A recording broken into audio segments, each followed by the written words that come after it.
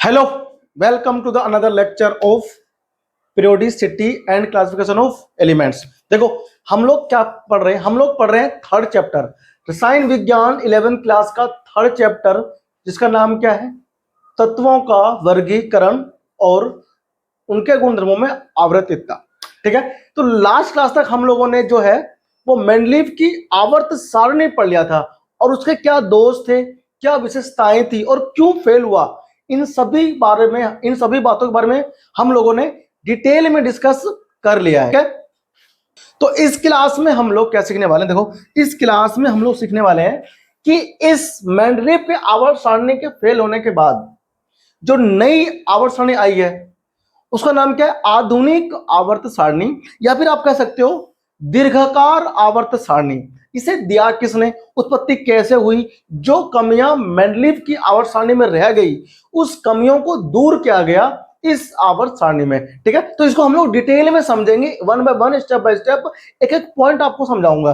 देखो तो हमारे पास क्या निकल के आता है? सबसे पहले आप लिखो हेडिंग आधुनिक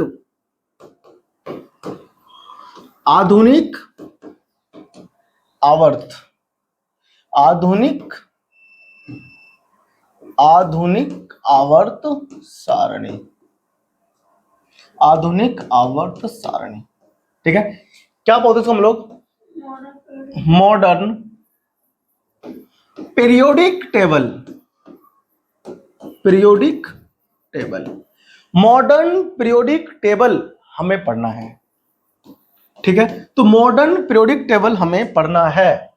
कैसे आया ये, किस पर आधारित है ये, हम इन्हीं सब बातों पर इस क्लास में करेंगे डिस्कस। देखो तो ये बात है हेनरी मोजले साहब की। हेनरी मोजले साहब ने सबसे पहले इस आवर्त सारणी को देने से मतलब पहले एक्सपेरिमेंट किया। मैंने कहा ना एक्सपेरिमेंटल है ये। क्या है ये? एक्सपेरिमेंटल। उसने क्या किया? एटम के बने हुए ब्लॉक्स होते हैं। ठीक है भाई, मान लो हमारे पास एटम के ब्लॉक कौन हो गया? आयरन का ब्लॉक हो गया, सिल्वर का ब्लॉक हो गया, ठीक है ना, गोल्ड का ब्लॉक हो गया। जो एटम से तो सभी मिलकर के बने हैं, लेकिन जो कंपाउंड होते, प्लास्टिक हो गया, है ना, कुछ ऐसे भी तो होते हैं जैसे कि बर्फ हो गया, जो कि एटम के बजाय मोलिक्यूल से मिलकर के बनते हैं। एटम से बनते हैं मोलिक्यूल और मोलिक्यूल से बनते हैं कंपाउंड। ठीक है ना, यानी कि उससे बनते हैं यौगिक। तो इन्होंने क्या किया? ब्लॉक लिए, एटम का ब्लॉक। मान लो हमारे पास कौन आ गया? गोल्ड आ गया, या फिर Fe हो गया, या फिर सिल्वर। तो ये क्या है? ये परमाणुओं का ब्लॉक लिया उसने ऐसा। तो परमाणुओं का ब्लॉक लिया, ब्लॉक, ठीक है ना, परमाणु का ब्लॉक, परमाणु का ब्लॉक, ठीक है ना, परमाणु का ब्लॉक लिया। किसने? मोजले साहब ने। नाम मैं लिख दे रहा हूं यहां पर, हेनरी मोजले। हेनरी मोजले का नियम, मोजले का नियम ये उसने दिया था। हाँ अच्छा, हेनरी मोजले का नियम, हेनरी मोजले का नियम। देखो ध्यान से, इसने क्या देखा? इसने देखा कि इसके ऊपर अगर क्या पड़ती है? किरणें अगर पड़ती है, क्या पड़ती है? किरणें। किसके ऊपर? परमाणु के ऊपर। उस किरणों की जो ऊर्जा है वो एचम्यू है। क्या है? एचम्यू। जब ये ऊर्जा इस पर पड़ी तो ऊर्जा पड़ने के बाद में फिर उसने क्या किया? उसको एब्जॉर्ब किया, ऊर्जा का अवशोषण किया। तो जब अवशोषण हुआ तो आप लोगों ने पीछे पढ़ रखा है ना, अवशोषण होता है ऊर्जा का और फिर उत्सर्जन भी होता है। ठीक है ना, तो उसका फिर क्या हुआ? उत्सर्जन भी हुआ। क्या हुआ? उत्सर्जन भी हुआ। तो ये जो आवृत्ति है, दिख रहा है आपको? आवृत्ति। तो आवृत्ति और परमाणु भार के बीच जब ग्राफ बनाया गया तो ग्राफ सही नहीं बना। लेकिन जब ये जो प्रकाश है जो इसके ऊपर डाली गई, उसकी आवृत्ति और परमाणु के परमाणु की संख्या के मध्य जब ग्राफ को बनाया गया तो ग्राफ बिल्कुल सटीक और यूनिफॉर्म, यानी कि एक जैसा बना।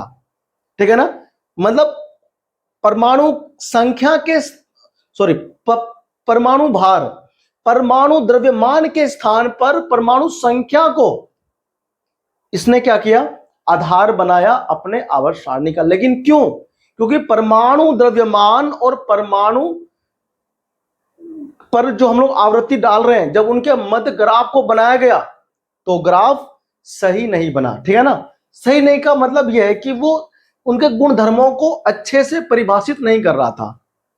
लेकिन जब वही प्रकाश की आवृत्ति और परमाणु संख्या के मध्य जब ग्राफ बनाया गया तो एक सममित आलेख बना, ग्राफ बना, और उसने परमाणु के जो कई सारे गुणधर्म है उसको परिभाषित किया, उसको समझने में मदद दिया, समझाया। तो ठीक है ना? इसलिए क्या कहते हैं, इसलिए हम लोग ये कह करके चलते हैं कि परमाणु संख्या ही तत्वों के वर्गीकरण का आधार बनाया। किसने? हेनरी मोजले ने। किसने? हेनरी मोजले ने। ठीक है ना? तो ये जो इसकी आवृत्ति है, अच्छा ये रे कौन सी है? एक्स किरण है। क्या है ये? एक्स किरण। ठीक है ना? इसकी आवृत्ति है। तो भाई साहब ग्राफ बनाया गया। क्या? तो इसमें आप लिखेंगे, ठीक है ना? तो हेनरी मोजले साहब ने क्या कहा, देखो आप इसमें लिखो जब हेनरी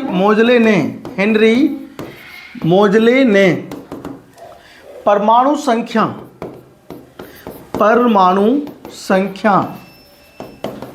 Z,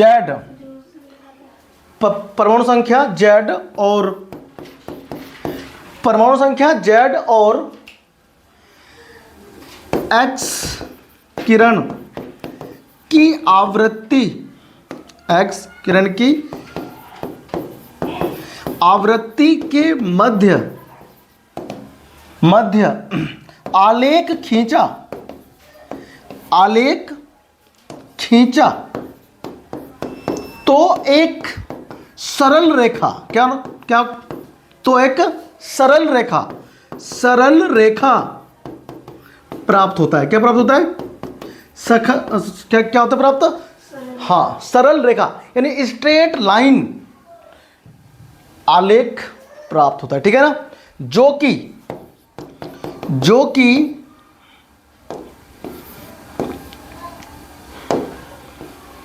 कि तत्वों के अभिलक्षणिक गुणों को, जो कि तत्वों के अभिलक्षणिक गुणों में नियमितता, किसको?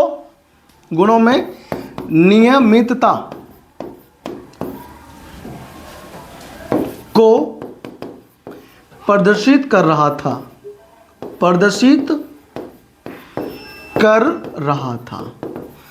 समझ में आई बात? तो उसने क्या करा, आवृत्ति, क्या कहा मैंने? आवृत्ति यानी कि म्यू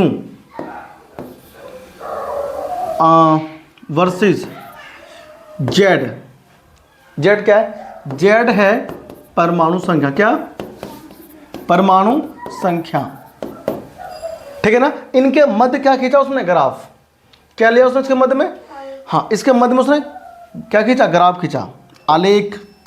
देखो ये मान लो हमारे पास x हो गया और ये हमारा y, यहां पर z लिया और इसके ऊपर उसने आवृत्ति ली। क्या ली? आवृत्ति। ठीक है ना? अंडर रूट में। समझ में आया? तो ग्राफ पाया उसने कुछ ऐसा, देखो ऐसा ग्राफ पाया सीधा। ठीक है ना? अगर परमाणु संख्या के स्थान पर परमाणु द्रव्यमान लेते हैं तो फिर ये ना ग्राफ ऐसे आता है, ऐसे आता है। ठीक है ना? जो कि सही नहीं है। ठीक है ना? ये नियमितता को समझा नहीं रहा है। अगर हम लोग परमाणु भार लेते हैं इसके स्थान पर तो ऐसे आता ग्राफ। कैसे आता? ऐसे। ये जो अगर ग्राफ बनता है तो इस ग्राफ के अंदर हमें तत्वों की जो अभिलक्षणिक गुण है उसकी नियमितता को नहीं दर्शा पाता है। ठीक है ना? इसलिए क्या करते हैं हम लोग, जो है परमाणु संख्या के मध्य ग्राफ बनाया तो ग्राफ हमें प्राप्त हुआ कैसा? सरल रेखा। कैसा? सरल रेखा। और परमाणु के जो गुणधर्म है उसमें हमें एक नियमितता देखने को मिली। समझ में आ रहा बात? और इसके आधार पे फिर परमाणु की जो तत्व हैं उनका क्लासिफिकेशन किया गया, वर्गीकरण किया गया, ठीक है ना। और फिर हमको क्या मिला, एक दीर्घ आवर्त सारणी हमें प्राप्त हुआ। समझा आप लोग के नहीं? ठीक है भाई। तो इसमें लिखो तो उसने एक नियम भी दिया, लॉ। ये क्या दिया इसने, लॉ दिया उसने, A Z minus B, Z minus B, ये दिया किसने, हेनरी मोजले साहब ने, ठीक है ना। ये उसने एक नियम दे दिया, समझ में आया। इसके बाद क्या दिया, आधुनिक आवर्त का नियम। किसका दिया, आधुनिक आवर्त सारणी का नियम दिया, ठीक है ना। कॉपी करो, फिर हम लोग बढ़ रहे हैं आगे, ठीक है ना। हो गया, सब गया, हाँ भाई हो गया, चाप लिया, ठीक है। आ जाओ आगे बढ़ते हैं। देखो तो हमारा जो अगला हेडिंग इसमें क्या बनेगा, अब यहां से नियम देंगे, आधुनिक आवर्त नियम। क्या देंगे, आधुनिक आवर्त नियम, ठीक है ना। मॉडर्न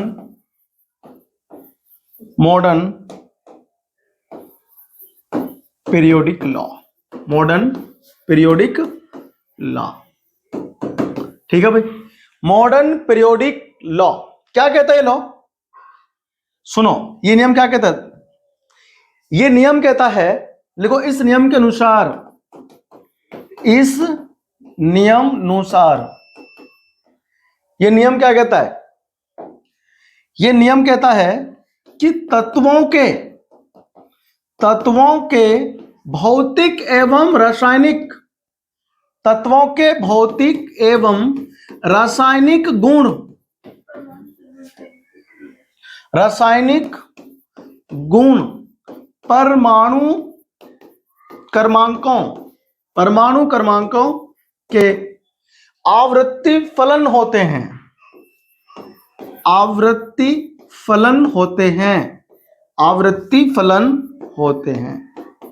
यानी अगर इसी लाइन को इंग्लिश में कहा जाए तो the physical and chemical properties of an element is periodic function of their atomic number, ठीक है। यानी कि इसका कहने का अर्थ क्या है, अगर हम सिंपल भाषा में लिखें तो ये कहने का मतलब यह है कि तत्वों के रासायनिक और भौतिक, तत्वों के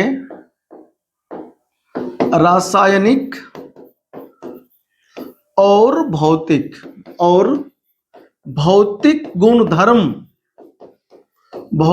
गुणधर्म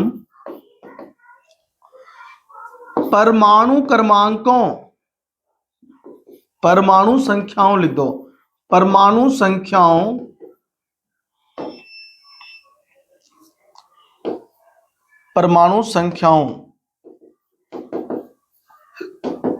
ऐसे मत लिखो, है ना।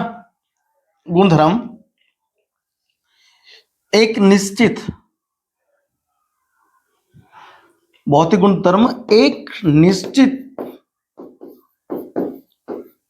परमाणु क्रमांक या परमाणु संख्याओं के पश्चात क्या होते हैं, दोहराते हैं। क्या होते हैं, दोहराते हैं, ठीक है ना। ये हुआ इसका सरल अपनी भाषा में, और ये हो गई तुम्हारी क्या, एनसीईआरटी की लाइन, ठीक है ना। तो आपको ये भी ध्यान रखना है, और ये तो आपको याद रह जाएगा, ठीक है ना। जब वो याद रहेगा तो ठीक है, इसमें कोई समस्या किसी को नहीं आनी चाहिए, ठीक है ना। छाप लो इसको फटाफट से। अब आता है कि पीरियोडिक जो टेबल बना नया, आधुनिक आवर्त सारणी जो उसने दिया, उससे फायदा क्या हुआ, ठीक है ना। तो लिखो आधुनिक आवर्त सारणी की विशेषताएं, आधुनिक आवर्त सारणी की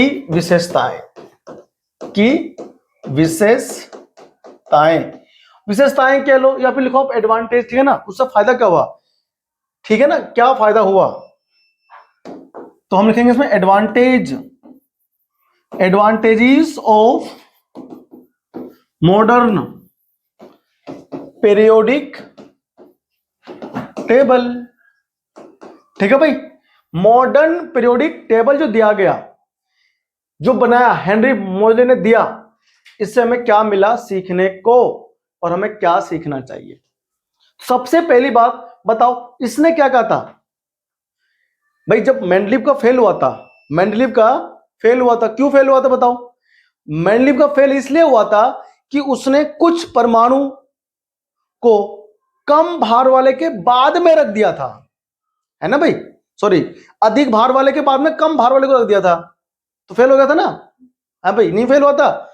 जो हमारा परमाणु संख्या था, जो सॉरी जो कुछ तत्व थे उसमें, आयोडीन है ना, ऑर्गन, पोटेशियम, उसमें अधिक भार वाले को बाद में आना था उसके नियम के अनुसार, लेकिन कम भार वाले को बाद में रख दिया था उसने, और अधिक भार वाले को पहले रख दिया था। कुछ में जो कमियां पाई गई थी, ठीक है ना, वो उसने ऐसा इसलिए किया था क्योंकि उसकी जो गुणधर्म है ना, जिसमें रख रहा था वो समूह में, उससे उसकी मैच हो रही थी, ठीक है, तो ऐसा वो इसलिए कर रहा था। आयोडीन वाले का जो मैच होता है वो किससे होता है, 17वें समूह से, लेकिन उसने रख दिया उसको कब, 15वें में, सॉरी 16वें में। तो ऐसी कमियां पाई गई, तो उसी कमियों को दूर कर दिया। क्या हो गया, अब परमाणु संख्या पर आधारित हमारा नया आधुनिक आवर्त सारणी आया। तो जैसे ही परमाणु संख्या पर आधारित था ये, तो उसका जो भार वाला था, गलतियां, कमियां, त्रुटियां, वो अपने आप दूर हो गई, वो अपने आप दूर हो गई। ठीक है भाई। और बताओ, समस्थानिक थे नहीं थे भाई, जो समस्थानिक थे उनको स्थान मिल पाया था क्या, नहीं ना। समस्थानिक क्या होते हैं, परमाणु संख्या समान होता है, भार उनका अलग अलग होता है।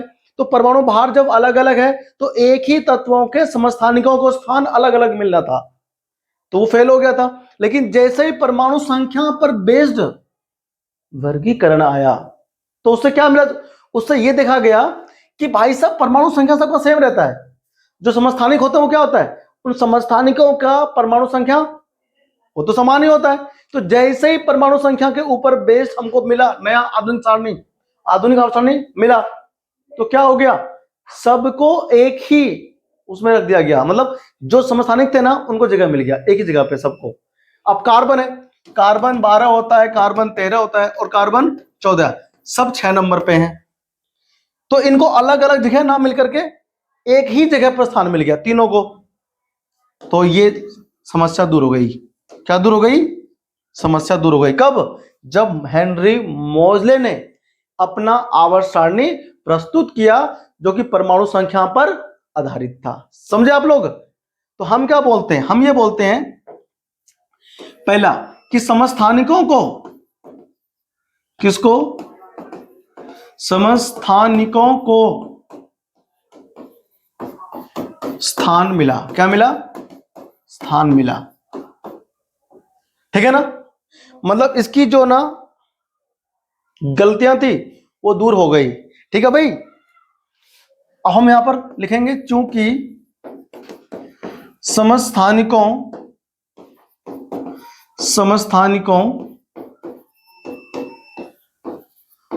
की परमाणु संख्या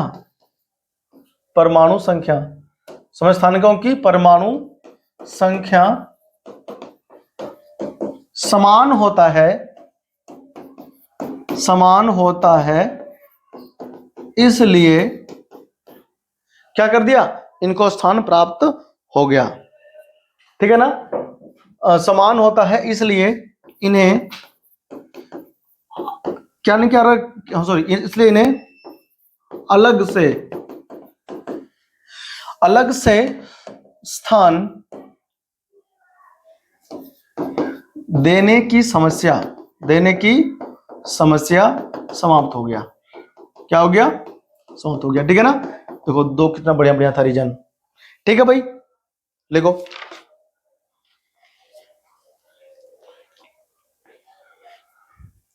ठीक है ना, छापो फटाफट से इसको।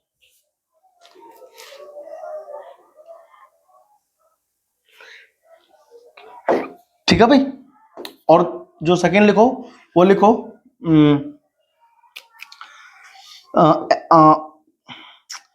एमपीटी, मतलब मेंडलीव्स पीरियोडिक टेबल। ठीक है ना, मैंने आपको ना पिछले क्लास में समझाया था कि अगर हम एमपीटी लिखेंगे तो आप समझ जाओगे मैनलीफ की आवर्त सारणी की बात चल रही है, ठीक है ना। यानी एमपीटी की असामान्य असामान्य असामान्य असामान्य व्यवहार को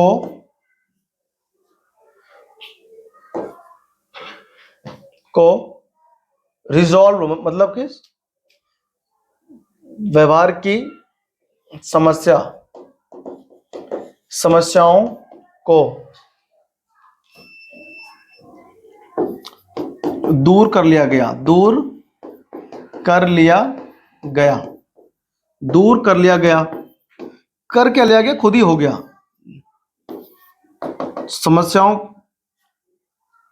समस्याएं लिखो ना, समस्याएं दूर हो गई, ठीक है ना। समस्याएं दूर हो गई, क्यों दूर हो गई, क्योंकि आधुनिक आवर्त सारणी,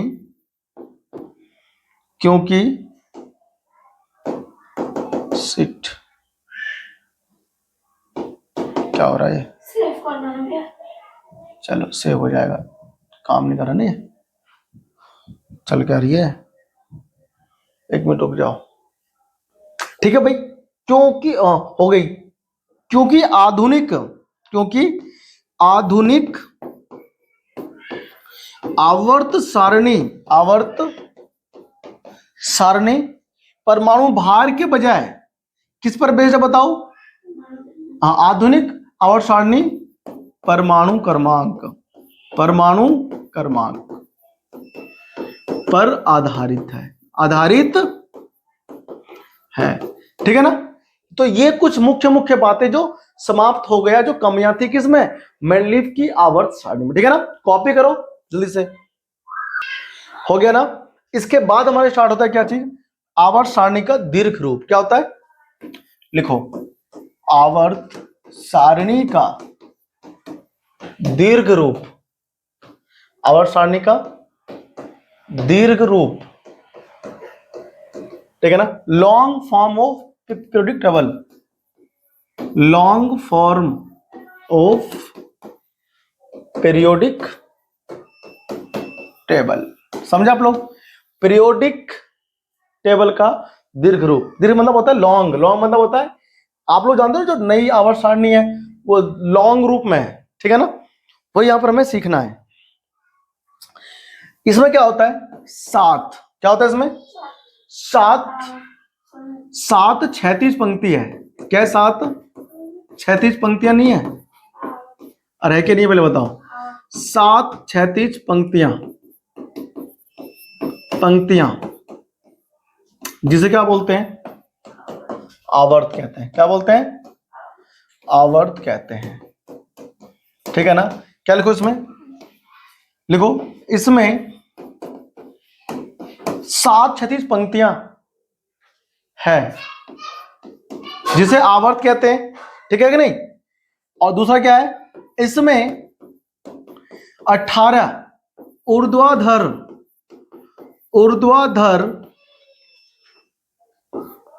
स्तंभ है। क्या है, स्तंभ है, जिसे क्या कहते हैं, जिसे समूह कहा गया, जिसे समूह कहते हैं, एक चीज तो है इसमें, है भाई, है कि नहीं है, ठीक है। और फिर इलेक्ट्रॉनिक विन्यास के आधार पर इन तत्वों को वर्गीकृत किया गया एसपीडीएफ ब्लॉक में, ठीक है ना। लिखो, भी लिखवाता हूं।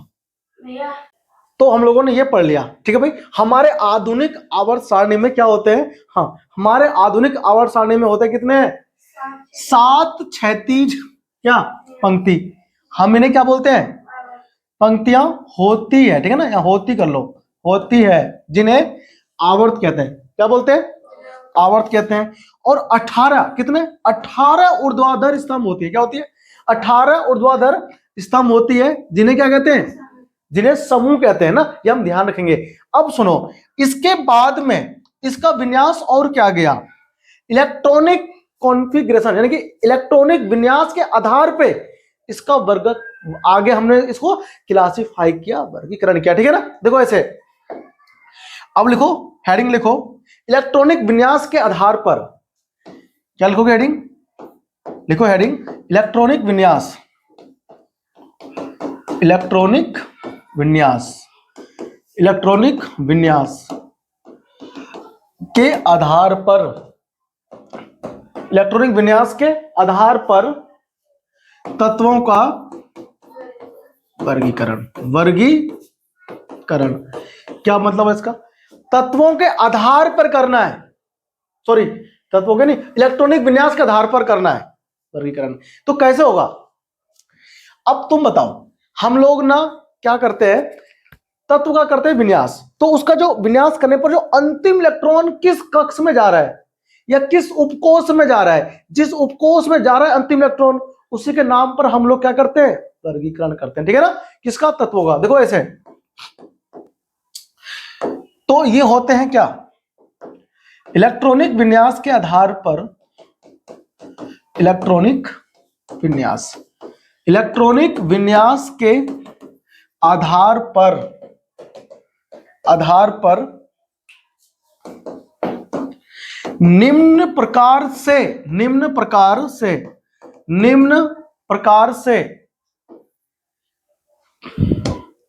तत्वों को, निम्न प्रकार से तत्वों को वर्गीकृत किया जाता है, तत्वों को वर्गीकृत किया जाता है, किया जाता है। समझ में नहीं आया, आ गया, वर्गीकृत किया जाता है। देखो कैसे, देखो तो पहले होता है एस ब्लॉक, क्या होता है, एस ब्लॉक, दूसरा होता है P block, P block, P block. अब सुनो, जो एस ब्लॉक के तत्व होते हैं उनका एक नाम और है, क्या, क्षारीय धातु, क्या बोलते हैं इसको, क्षारीय धातु, ठीक है ना। और पी ब्लॉक का एक नाम और है, इसका नाम है क्षारीय मृदा धातु, क्या बोलते हैं, क्षारीय मृदा धातु, ठीक है ना। और तीसरा हमारे पास में आता है डी ब्लॉक, डी ब्लॉक, या फिर आप कह सकते हो संक्रमण, क्या बोलते हैं इसको, संक्रमण तत्व, ठीक है ना। और हमारे पास जो चौथा है वो है एफ ब्लॉक, क्या है, एफ ब्लॉक, यानी कि इसमें दो आते हैं, इसमें आते हैं लेंथेनॉइड, लेंथेनॉइड आते हैं, और साथ में कौन आते हैं, एक्टिनॉइड, कौन आते हैं, लेंथेनॉइड और, लेंथेनॉइड और एक्टिनॉइड। ये होता क्या ना, आप आगे सीखोगे इसके बारे में, 12th क्लास में हमें पढ़ना है, कौन, लेंथेनॉइड पढ़ना है ना, हाँ, और एक्टिनॉइड पढ़ना है, यानी एफ ब्लॉक और डी ब्लॉक हम लोग 12th में पढ़ेंगे, ठीक है, क्या में सबसे नीचे रहते हैं ना भैया, हाँ। तो हमारे पास क्या, देखो एफ ब्लॉक जो होते हैं उसमें लेंथेनॉइड और एक्टिनॉइड है ना, एक्टिनॉइड ये होते हैं, ठीक है भाई, ध्यान रहेगा। यानी कि तत्वों के इलेक्ट्रॉनिक विन्यास के आधार पर उन्हें इन 4 प्रकार के ब्लॉक में वर्गीकृत किया जाता है। अब बढ़ो आगे हम लोग, अब आगे बढ़े में आगे, देखो ध्यान से, लिख लिया, लिखो, लिख लिया। देखो सबसे पहले हम लोग एस ब्लॉक को पढ़ेंगे, क्या पढ़ेंगे, एस ब्लॉक, डिटेल में नहीं जाएंगे, ठीक है ना, केवल हमको ये जानना है कि एस ब्लॉक के तत्व कौन है, कितने समूह है इसमें, ठीक है ना, और उसका विन्यास क्या है, ठीक है, खास खास बातें हमें सीखना है बस, ठीक है ना। बाकी डिटेल में जो आता है ना, इनका एक अलग अलग चैप्टर भी है जो कि अब कोर्स में नहीं है, बोर्ड लेवल पे, लेकिन कंपटीशन लेवल पे है, ठीक है ना, तो वो मैं पढ़ा दूंगा आपको, ठीक है। देखो तो एस ब्लॉक, एस ब्लॉक पहले आता है, एस ब्लॉक के तत्व कौन आते हैं, एस ब्लॉक के तत्व, ठीक है, एस ब्लॉक एलिमेंट्स है ना, एस ब्लॉक ऑफ एलिमेंट है ना, समझे आप लोग, एलिमेंट्स या एस ब्लॉक के तत्व, एस ब्लॉक एलिमेंट। देखो एस ब्लॉक के क्या होते हैं, वे तत्व जिनका इलेक्ट्रॉनिक विन्यास, जिनका इलेक्ट्रॉनिक विन्यास, जिनका इलेक्ट्रॉनिक विन्यास करने पर, इलेक्ट्रॉनिक विन्यास करने पर अंतिम इलेक्ट्रॉन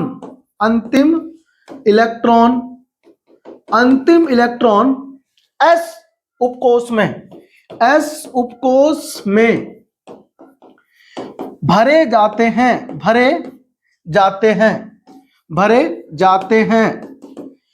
एस ब्लॉक के तत्व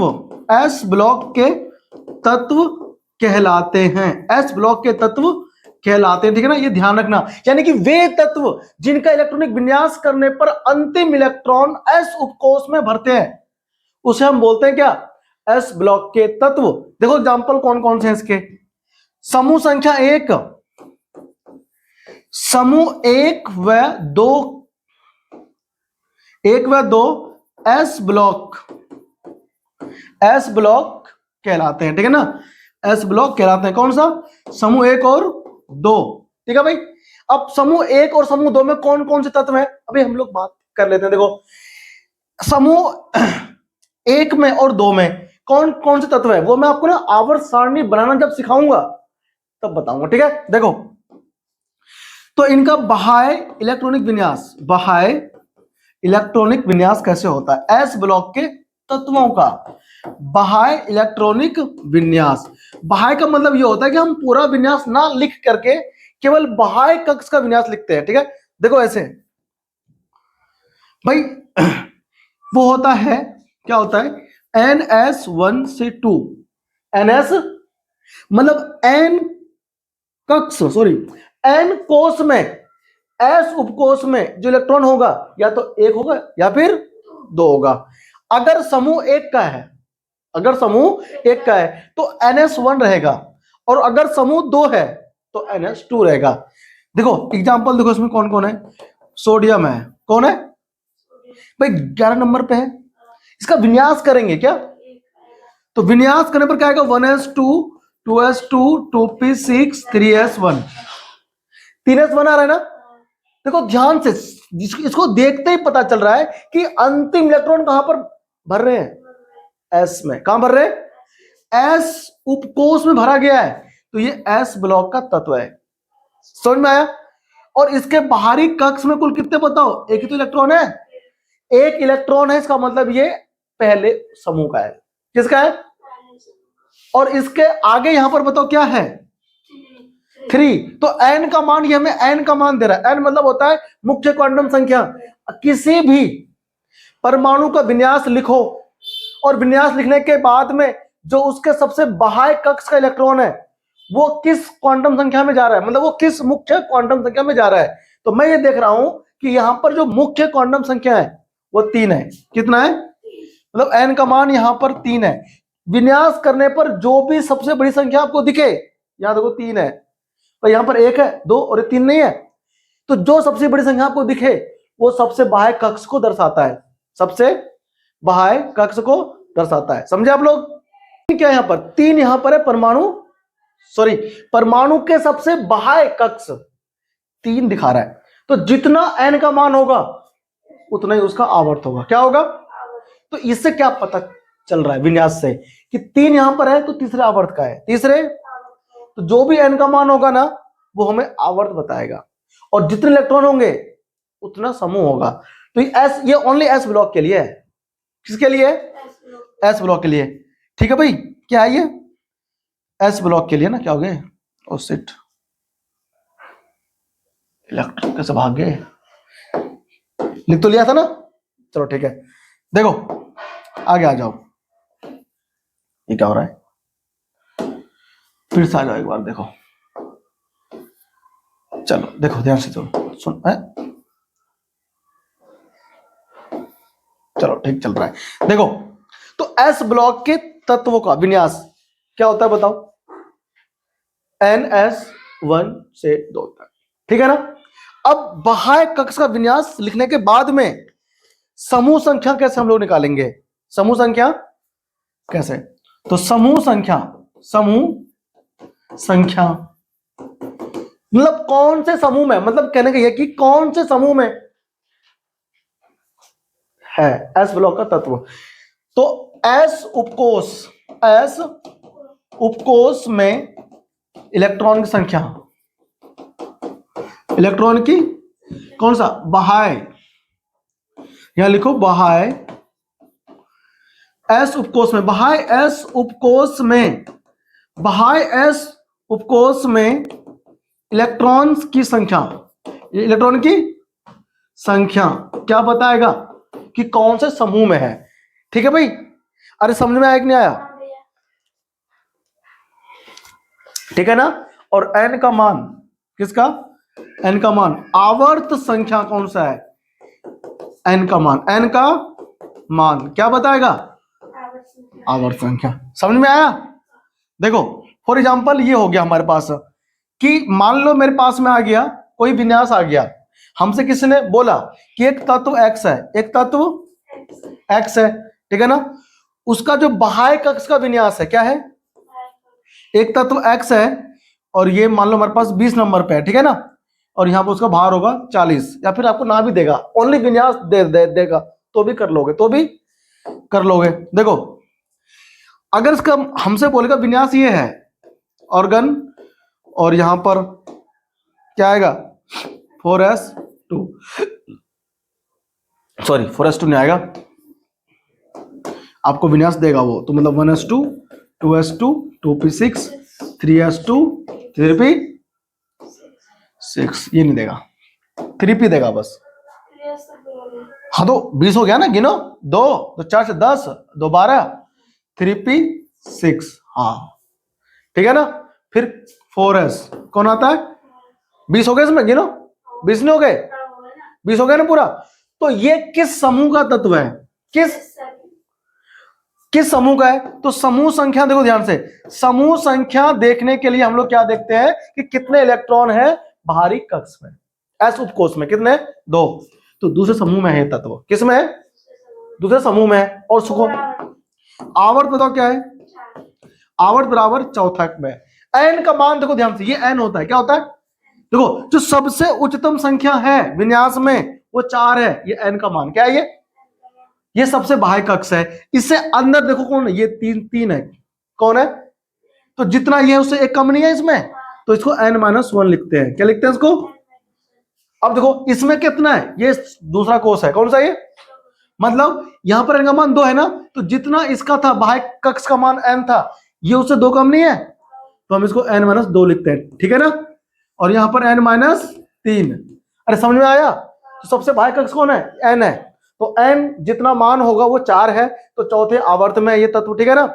और सुनो, और इसमें सबसे बाहरी कक्ष में कितने इलेक्ट्रॉन है, 2, तो दूसरे समूह में है, ये केवल s ब्लॉक के लिए, ये केवल, तो ये हमारे कौन थे, s ब्लॉक के कुछ सामान्य लक्षण, ठीक है ना। बाकी s ब्लॉक के तत्वों की जो अधिक जानकारियां आएगी ना, वो अलग पूरे चैप्टर में आएगा, ठीक है ना, s ब्लॉक नाम के चैप्टर में आता है, ठीक है ना, वहां पढ़ाएंगे आपको।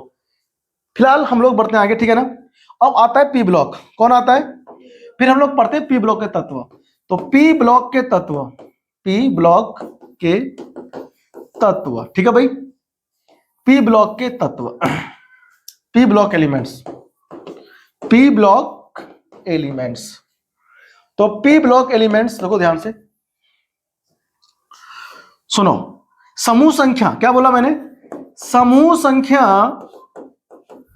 समूह संख्या 13 से स्टार्ट होता है, कहां से, 13 से 18 तक, कितना कुल कितना हो गए गिनना, 13 से 18 तक कितना हो गए, 5 हो गए, 6 हो गए बेटा, 13 14 15 16 17 18 6 हो गए, तो 6 कुल 6 जो होते हैं समूह, वो पी ब्लॉक के आते हैं, कहां से, 13 से स्टार्ट होकर के 18 तक, समूह संख्या 13 से 18 तक पी ब्लॉक के अंतर्गत, पी ब्लॉक के अंतर्गत आते हैं। समझ में आया कि नहीं आया, पहले बताओ। तो इसका जनरल इलेक्ट्रॉनिक विन्यास यानी सामान्य इलेक्ट्रॉनिक विन्यास क्या होता है, देखो ध्यान से, पी ब्लॉक का ना कोई तत्व आप उठा लो, कार्बन मान लो, कौन मान लिया मैंने, कार्बन समूह 13 में है। मैं आगे अभी आवर्त सारणी सिखाऊंगा बनाना, तब आप और अच्छे से समझ पाओगे, फिलहाल आप ट्रिक सीखो। तो इसमें कौन आता है, कार्बन आता है 6 नंबर पे है, तो 1s2 2s2 और 2p कितना आएगा भाई, 6 पे 2 आएगा, है ना। तो बाह्य कक्ष का विन्यास कितना होगा, देखो बाह्य कक्ष का विन्यास जो हमारे पास होगा वो ये होगा, बाह्य कक्ष का इलेक्ट्रॉनिक विन्यास। कौन सा विन्यास? इलेक्ट्रॉनिक विन्यास। क्या होगा सुनो, NS2NP 1 से 6 तक। कहां तक? NS2 मतलब S में 2 भर जाएंगे इलेक्ट्रॉन, और P में या तो 1 होगा या फिर 2 होगा या फिर 3 होगा या फिर 4 होगा या फिर 5 या फिर 6। समझ में आया? ये होता है P ब्लॉक का। अब देखो, अब P ब्लॉक के हैं तत्व और तुमको विन्यास दिया हुआ है, तो किस समूह में है और किस आवर्त में है ये पता कैसे करते हैं? तो समूह संख्या निकालेंगे। देखो क्या ट्रिक है, समूह संख्या निकालने का ट्रिक है। क्या है? समूह संख्या ज्ञात करने का हमारे पास क्या है? ट्रिक है। समूह संख्या इक्वल टू क्या होता है? सुन ध्यान से सुन देख, समूह संख्या इक्वल टू होता है 12 प्लस, क्या करना है? 12 प्लस 12 करना है, 12 प्लस आपको जोड़ना कितना है? S और ये P में जो है इलेक्ट्रॉन, नहीं P ब्लॉक है ना, P उपकोष, P उपकोष, P उपकोष में स्थित, P उपकोष में स्थित इलेक्ट्रॉन्स की संख्या, इलेक्ट्रॉन्स की संख्या। समझे आप लोग? P उपकोष में स्थित इलेक्ट्रॉन की संख्या 12 में जोड़ना है। 12 में, ये 12 में क्यों जोड़ना है मैं जब आवर्त सारणी बनाना सिखाऊंगा तब बताऊंगा कि 12 क्यों जोड़ना है। समझे? ये आप लिखो। और आवर्त क्या होगा?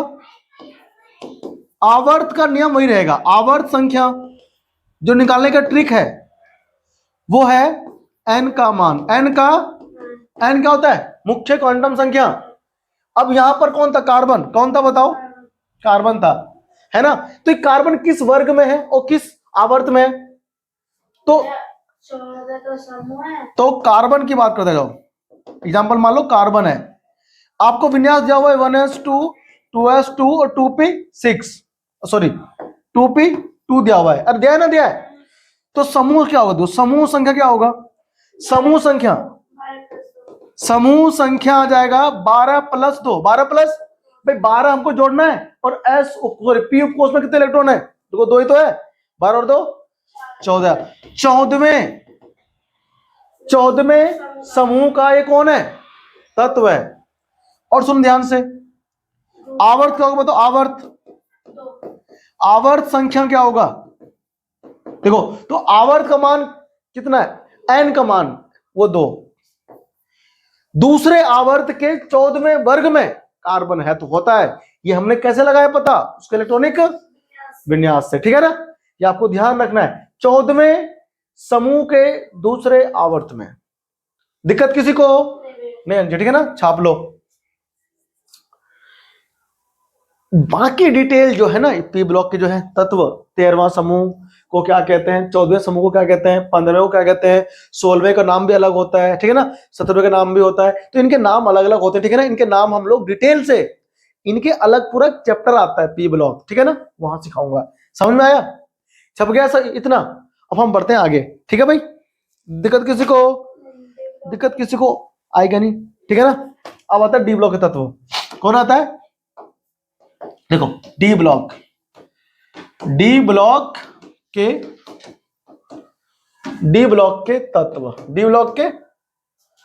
तत्व। तो डी ब्लॉक्स एलिमेंट्स, क्या लिखो? D blocks elements. समझे आप लोग? डी ब्लॉक्स एलिमेंट्स, है ना? देखो डी ब्लॉक के तत्व कौन होते हैं भाई? डी ब्लॉक के तत्व वही तो होंगे पी ब्लॉक के तत्व में। किसमें? पी ब्लॉक के तत्व। इसमें परिभाषा लिखा हमने इसका, है ना? परिभाषा हमने नहीं लिखा, तो परिभाषा में क्या लिखोगे इसमें? अगर आपको मन करे तो लिख लेना, ठीक है ना? वे तत्व जिनका इलेक्ट्रॉनिक विन्यास करने पर अंतिम इलेक्ट्रॉन पी कक्ष में जाए। कहां जाए? उसे हम पी ब्लॉक के तत्व कहते हैं, ठीक है ना? तो पी ब्लॉक के तत्व वे तत्व होते हैं जिनका इलेक्ट्रॉनिक विन्यास करने पर अंतिम इलेक्ट्रॉन पी उपकोष में जाए या पी उपकोष में भरे जाते हैं, पी ब्लॉक के तत्व कहलाते हैं। बोल दिया? लिख लेना, ठीक है ना? इसको आप लिख लेना। हम बढ़ते हैं आगे। अब आता है डी ब्लॉक के तत्व। तो डी ब्लॉक के तत्व कौन होते हैं? सेम परिभाषा रहेगा ना। वह तत्व जिनका इलेक्ट्रॉनिक विन्यास करने पर, जिसका इलेक्ट्रॉनिक विन्यास करने पर अंतिम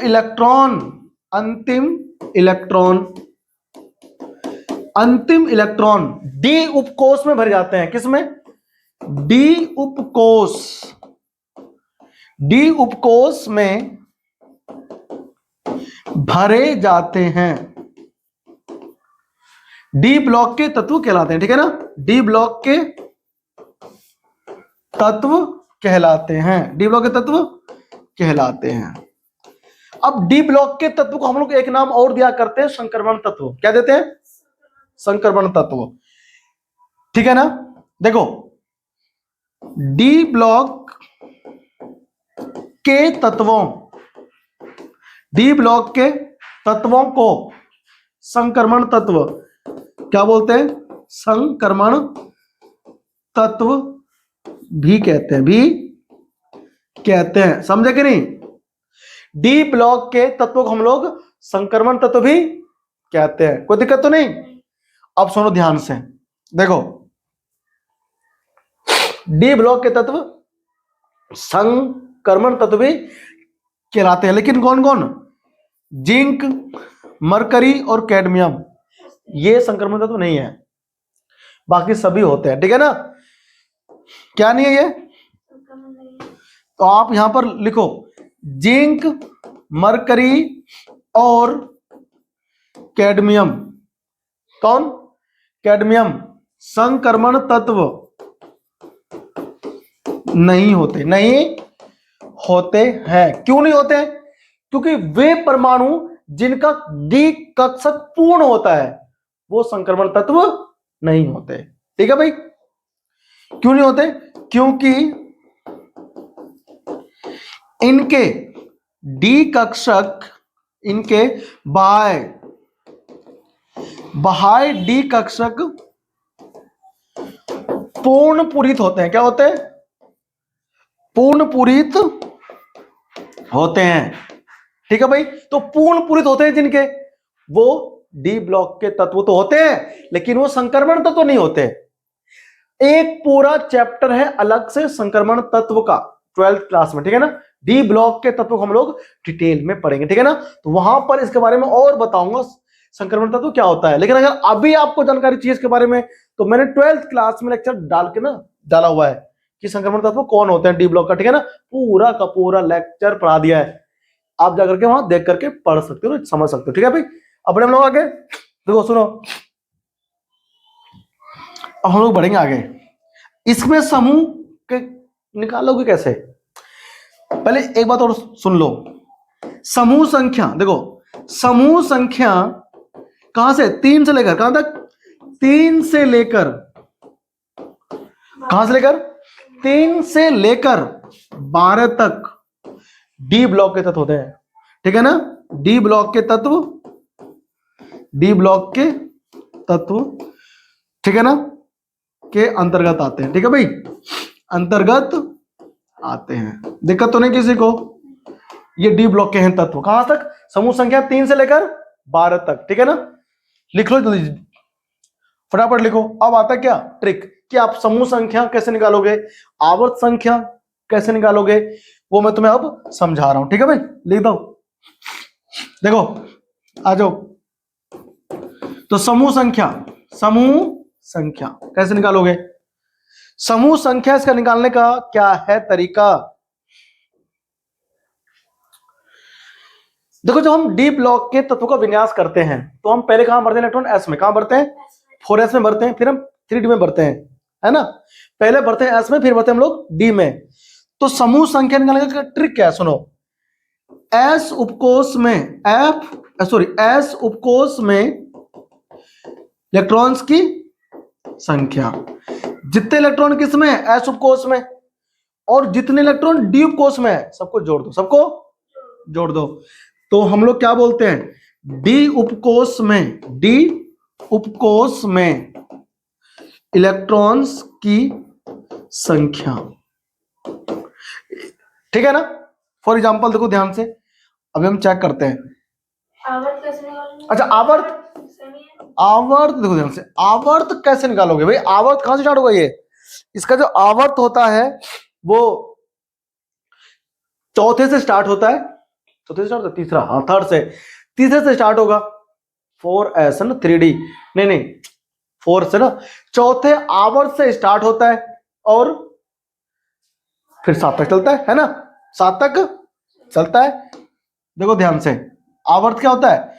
चौथे से और कहां तक भाई? एन का मान वही सेम फंडा है ना, एन का मान क्या है उसमें? मैक्सिमम 4 है ना, तो चौथे आवर्त में आएगा, ठीक है ना।